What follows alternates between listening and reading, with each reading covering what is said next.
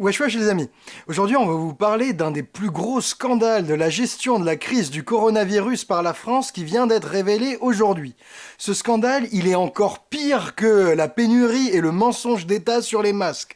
Oui oui, c'est possible. Ce scandale, c'est que la France, le gouvernement a choisi de nous priver de 150 000 à 300 000 tests semaine qu'on aurait pu réaliser dès la mi-mars. Ces centaines de milliers de tests, on aurait pu les avoir facilement dès la mi-mars, à une époque où on avait fait au total que 30 000 tests de coronavirus. C'est une info tellement énorme, tellement délirante qu'on a dû la vérifier plusieurs fois. On a relu l'article du Point, c'est le Point qui sort cette info et je vous jure, c'est complètement scandaleux. Faut bien comprendre que réaliser des tests de coronavirus, c'est absolument vital pour contenir l'épidémie.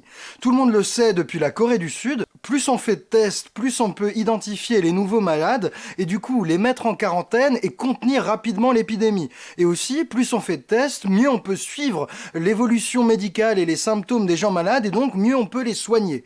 Tous les pays qui ont fait beaucoup de tests ont eu des bien meilleurs résultats dans la lutte contre le coronavirus que nous. D'ailleurs, tester massivement, c'est une des recommandations phares de l'Organisation mondiale de la santé depuis des semaines et on peut pas faire plus clair. Le moyen le plus efficace de prévenir les infections et de sauver des vies est de briser la chaîne de transmission. Et pour ce faire, vous devez tester et isoler. Malgré ça, depuis le début, la France effectue très peu de tests. D'abord parce qu'on attend les tests rapides que pour le moment on n'a pas. Les tests, c'est qui vous détectent le truc en quelques secondes.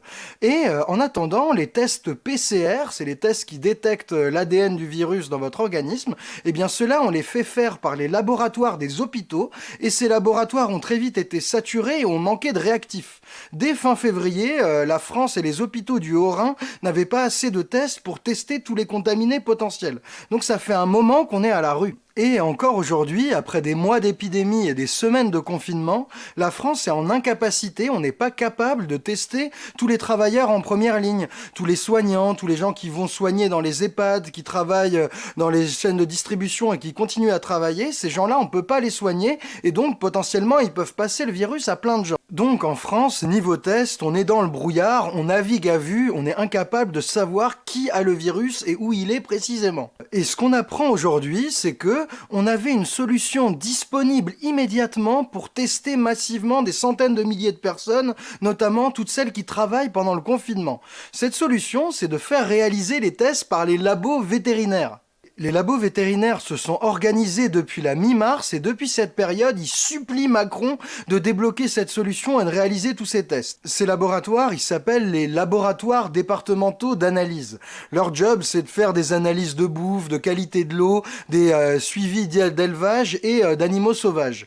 Du coup, ils sont équipés pour détecter les virus et ils savent le faire à l'échelle industrielle parce que c'est eux qui vont dans les élevages de canards ou de porcs ou de ce que vous voulez pour aller détecter la grippe aviaire, la grippe porcine et tout ça. Du coup, ces laboratoires ont tout le matériel, tous les produits chimiques, toutes les machines nécessaires pour réaliser des dizaines de milliers de tests par jour. Et ces laboratoires, ils sont partout sur le territoire, ils se sont organisés et ils ont dit à Macron, regardez, nous on a toutes les machines pour faire les tests, on a tous les produits chimiques nécessaires, on a même les kits de prélèvement, on est en capacité de fournir 150 à 300 000 tests par semaine, comme ça, en 3 jours, vous avez qu'à nous dire oui. Et quelle a été la réponse du gouvernement ? Eh bien, ils ont répondu « Écoutez, on ne sait pas, il y a des enjeux réglementaires. En gros, veuillez patienter s'il vous plaît. » Et depuis le 15 mars, walou, toujours aucune nouvelle, ces laboratoires, ils peuvent nous aider, ils font rien. Alors que, dans le même temps, l'Allemagne, la Belgique, l'Espagne ont tous les trois mobilisé les laboratoires vétérinaires pour augmenter leur capacité de test et contenir l'épidémie.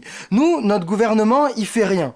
Et honnêtement, il n'y a aucune bonne raison de ne pas le faire. Toute la filière est prête, il y a tout le matériel, il n'y a qu'à dire oui et c'est parti. Incompréhensible. C'est incompréhensible que notre gouvernement qui se dit en guerre, en mode guerrier, n'ait pas pris ces décisions pour protéger la population. Parce qu'imaginez, si depuis la mi-mars on avait testé tous les travailleurs en première et deuxième ligne, tous les livreurs, tous les caissiers et caissières, les policiers, tous ceux qui bossent dans les EHPAD, toutes celles et ceux qui travaillent pendant le confinement, eh bien s'ils avaient été testés, on aurait évité des nouvelles contaminations et on aurait probablement évité des morts.